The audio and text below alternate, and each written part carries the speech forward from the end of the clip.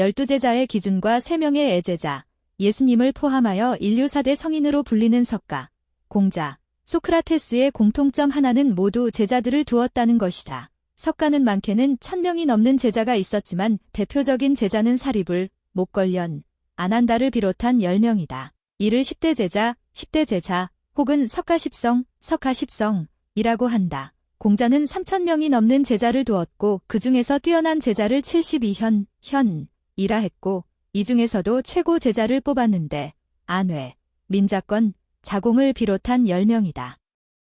이들을 공문십철이라 부른다. 소크라테스 또한 여러 제자들이 있지만 후대의 이름이 알려진 제자는 플라톤, 안티스테네스, 파이돈, 크세노폰을 비롯한 7명이다.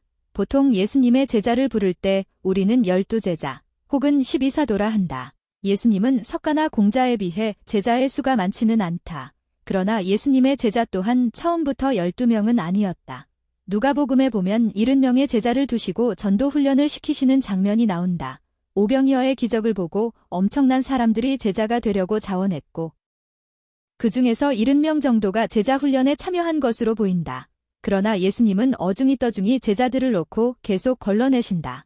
나를 따르려면 자기를 부인하고 자기 십자가를 질 수 있어야 한다. 인자는 머리 둘 곳이 없다. 가족과 재산과 전토를 벌인 자만이 나를 따를 수 있다. 이런 예수님의 말씀에 조금씩 떨어져 나간다.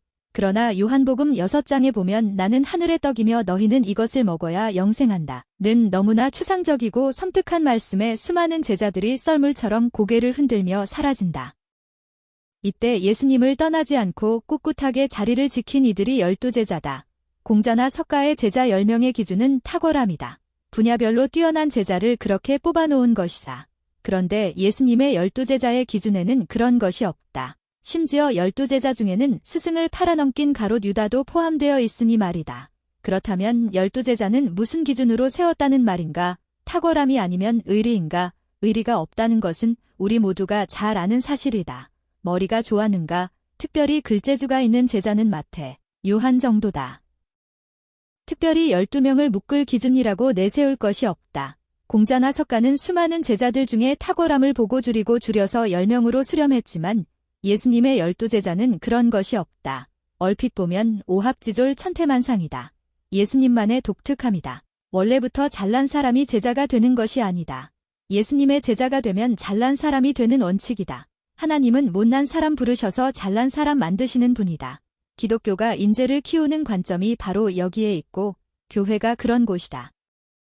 예수님이 석가나 공자와 다른 점은 12명 중에서도 3명의 핵심 제자가 있었다는 것이다. 베드로, 야고보, 요한이다. 이들을 애제자라 부른다. 예수님은 이 3명에게는 다른 제자들과는 달리 은밀하고 신비한 사건에 따로 동행시켰다. 변화산에서 신비 체험을 하실 때, 겟세마네 동산에서 기도하실 때, 죽은 사람을 살리실 때는 세 제자에게만 보여주셨다. 왜 그러셨는지 우리는 알 수 없다. 분명한 것은 이 세 사람이 훗날 기독교 역사에 결정적 역할을 남겼다는 점이다.